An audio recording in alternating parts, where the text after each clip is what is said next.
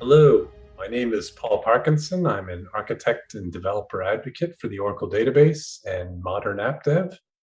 And today I'm going to be presenting on how to simplify data and event-driven microservices with the Oracle Converged database. I do talk about a couple features that will be in an upcoming database release, and thus the safe harbor statement. And this is the agenda. So I'm going to start with a real-world microservices example.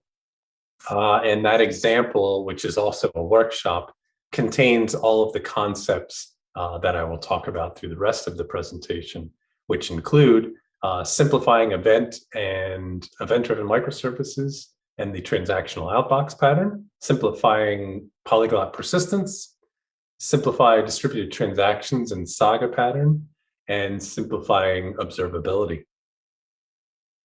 So first, let's look at the example. The example is your basic online store, but it's a food delivery application, fictitious named GrabDish. And this is the microservice landscape of that application. As you can see, it shows off a number of different concepts. So first and foremost, it shows the decoupled microservice architecture. And we show this in two different ways, the decoupling at the PDB level and at the schema level. So, different, depending on the scenario, they are divided in that way. The event-driven communication and transactional outbox pattern, we show that between the order and inventory service. Customer places an order through the front end. The messages are sent back and forth between the order service, but at the broker level.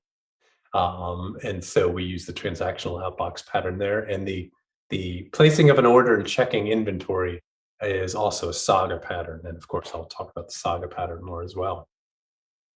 All the different microservices you see here are written in a number of different languages. All major languages are supported by the Oracle database. JavaScript for the front end, Java, Python, it's the classic machine learning, AIML, .NET, Go, low code, no code, the Apex for analytics. And then you'll see that there are services running both in Kubernetes and not in Kubernetes. So you see, for example, you could have a mobile app in JavaScript running on a phone. You can have everything running within the database, exposed with ords as far as REST and things like that. This application and the workshop show a number of different data types. The order is inserted in JSON. The inventory is kept with relational. The AIML works on text and graph, and then the delivery is using spatial data. And all of these data types are within the database. It also shows the Saga pattern for data integrity. I'm going to go into that more, as well as event sourcing and CQRS. And finally, open telemetry observability is used for end-to-end tracing logs, metrics from the app into the database. And that's all viewable within one console. So it's a lot in this application, a lot in the workshop. I encourage you to check that out after this presentation for, a deep dive into the code and things like that. So let's start with event-driven microservices and the transactional outbox pattern. So immediately with microservices, the core characteristic is the fact that there are multiple services, and those services are separated by network. And so whether the communication is by REST or gRPC or something like that, or as is more common the case with messaging or eventing, generally, messaging and eventing are essentially the same. Generally, eventing refers to messages that contain data changes, but I'll use them interchangeably. Whether you're using, like I say, REST gRPC, something like that, or messaging, you're dealing with two operations, and that's the data change and the communication of that data change to other parties. And we talk about event-driven more because it's become more and more prevalent in microservices, especially when you're dealing with data, because there are so many advantages to it. It lends itself perfectly to the decoupled deployment model. It's excellent for scaling.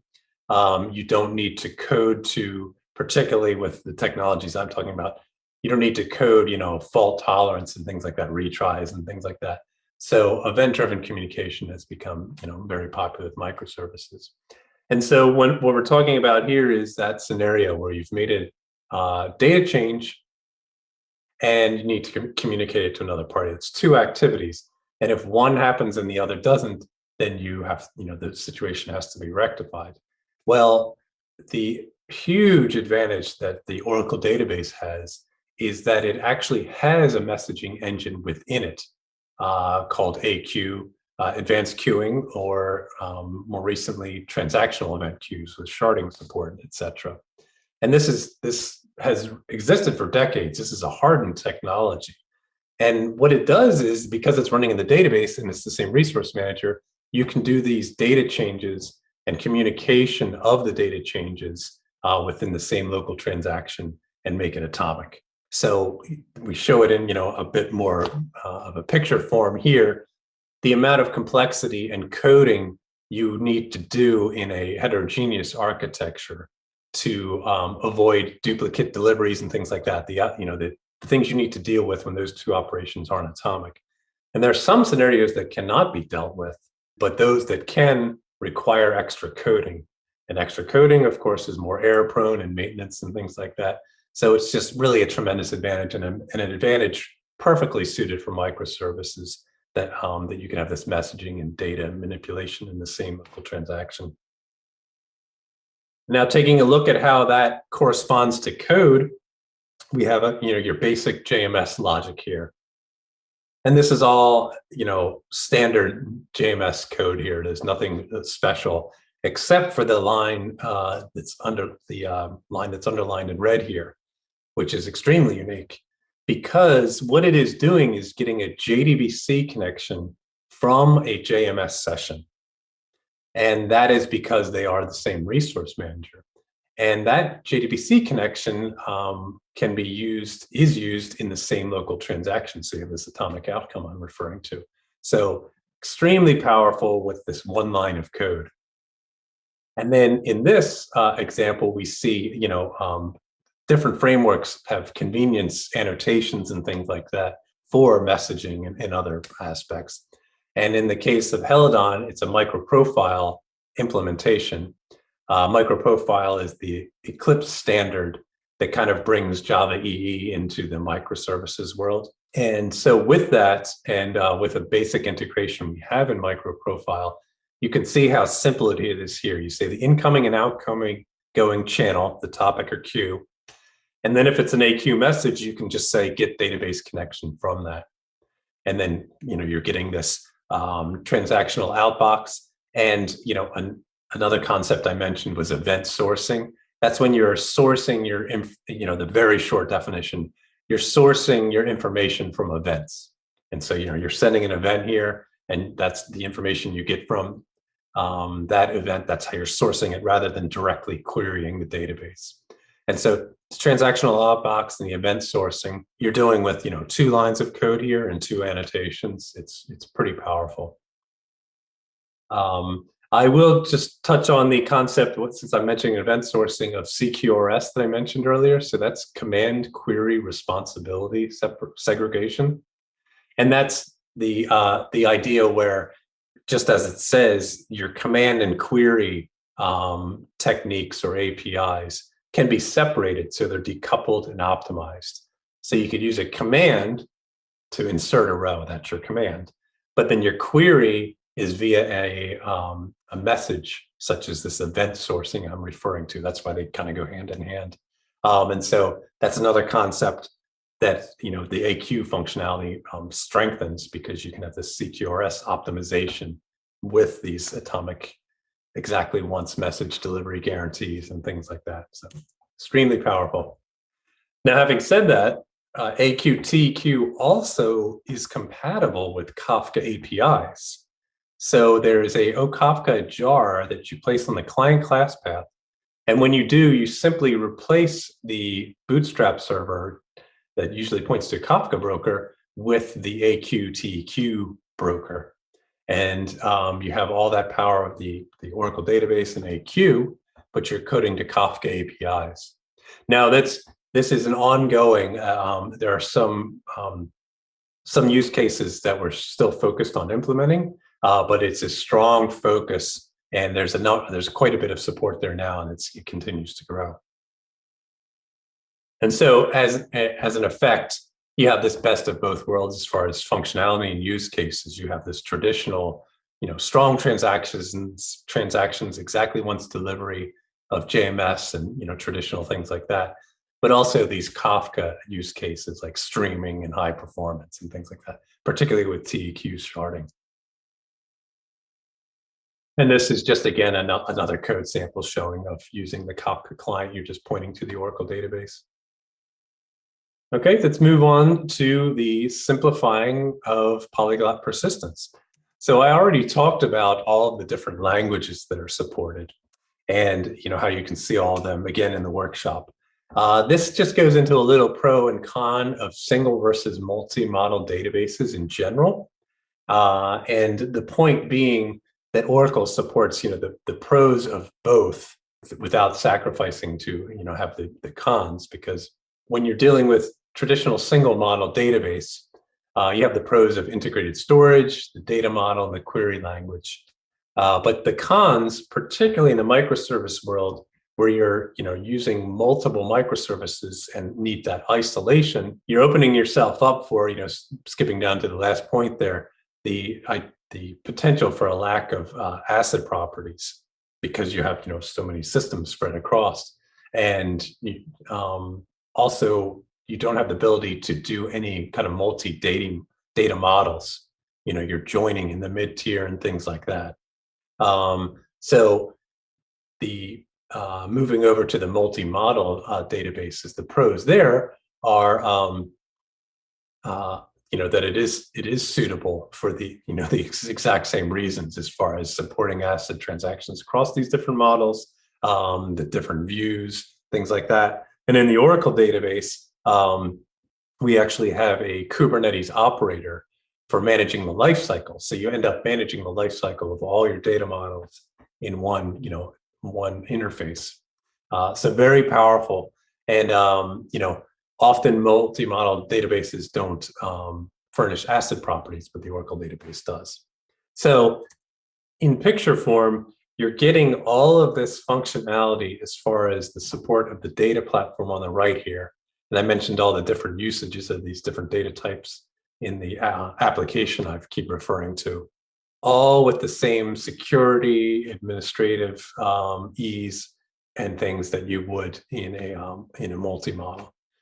So very strong. And again, on the application platform, we're making sure we support all the CNCF standards. And that's all completely supported. But then also, in addition to the open APIs, other actual vendor APIs. I already talked about Kafka, but also the Oracle database now supports the Mongo API. So without changing anything in your Mongo client, you can just change the URL to point to the Oracle database. And now you're using the Oracle database, getting all the things I just talked about, but you're still using your Mongo APIs. So super powerful. Now we'll move on to probably the most difficult of, as far as microservices, data maintenance is one of the biggest issues to consider, the complexities. And one of the most complex aspects in that area is handling changes across microservices that need to be within the same business transaction. And so we look at the Saga pattern more and more for that. Now, that's not to say that XA and two-phase commit cannot be used in a microservice environment, but because of the distributed locking that those protocols have, it can be prohibitive to taking advantage of some of the microservice advantages. It will impede on deployment models, potentially scaling and things like that. And so the Saga pattern has come into play because it's been around. It was first instituted or written in the 80s, but it's really come to play in microservice environment because it does not use distributed locks. It uses local transactions. So it does not, fall into that, but because it uses local transactions, it therefore necessitates a compensation model. And so you see here the classic model or classic example of a travel agency app where you're booking the flight, hotel, and car. And if something goes wrong during that business activity, that business transaction, whatever you want to call it, you can't have the same convenience that you had with XA and two-phase commit, where you just tell the transaction manager commit or roll back, and it's been managing the distributed locks, so it can do that and make all the changes, the bookkeeping, the asset properties for you.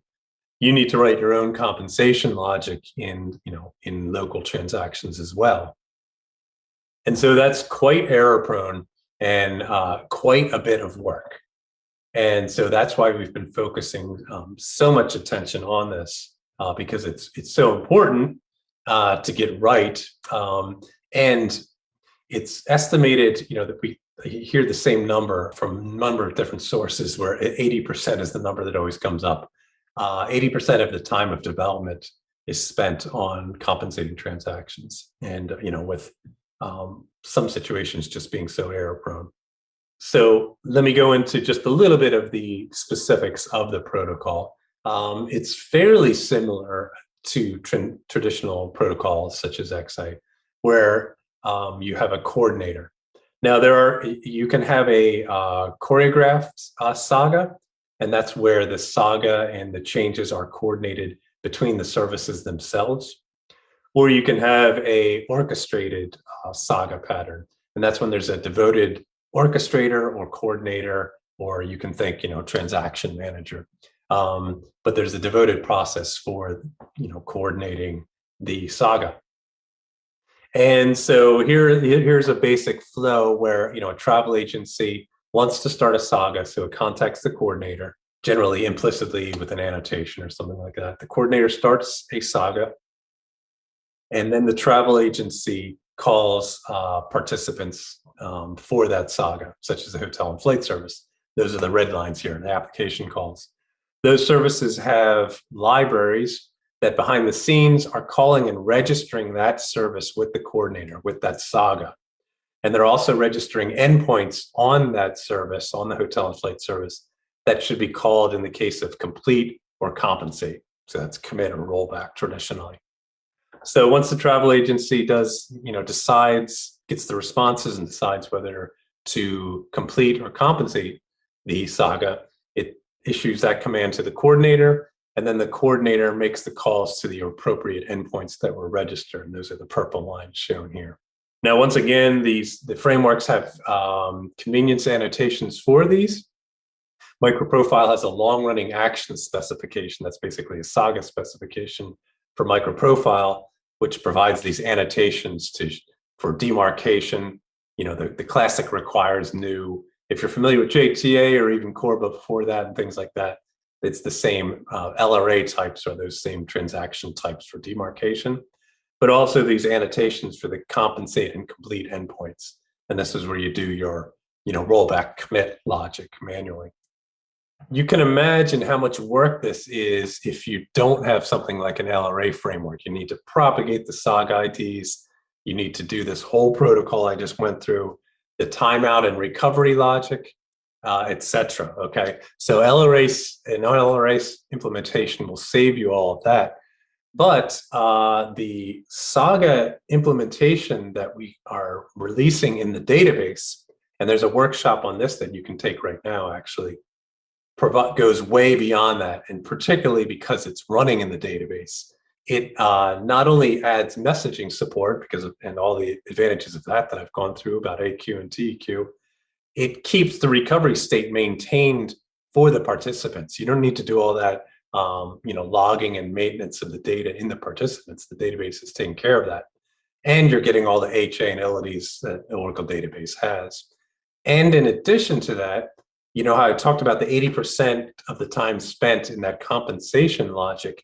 In the future, there's a automatic compensating data type in the database. And that's exactly what that will do for you. It will bookkeep the changes so that you do indeed just issue the rollback or abort, and it will compensate correctly the changes you made. So it then becomes, it gives you all the advantages of microservices with the Saga pattern, but then you don't have the disadvantages of having to do that, the error-prone compensation logic. So super powerful feature.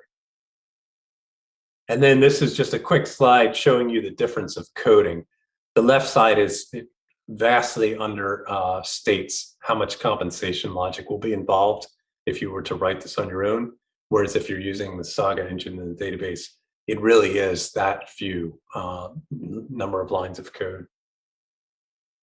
And then finally, let's talk about observability, something vital to microservices. You know, these services are spread all over. It's very important to have strong observability. And what we're providing are end-to-end metrics, logs, and tracing from the app into the database. So across tiers and right into the database, tracing down into the database layers. Extremely unique feature. And we're doing that by providing exporters for tracing metrics and logs. And they're open sourced in this location. And we also have a workshop for that I really encourage you to check out. And here are some screens from that. All of that, you know, the observability is in one Grafana console. So for metrics, you can drill down to logs, you can drill down from the logs into the trace and vice versa. Very powerful, very convenient, and again, speaks to the simplicity. And with that, I will leave you with some of these links that I've been talking about. The overall page, all the workshops I've been mentioning, as well as some blogs that I would encourage you to check out. And with that, I also encourage you to contact me with any questions or feedback you may have, and I really appreciate your time. Thank you so much.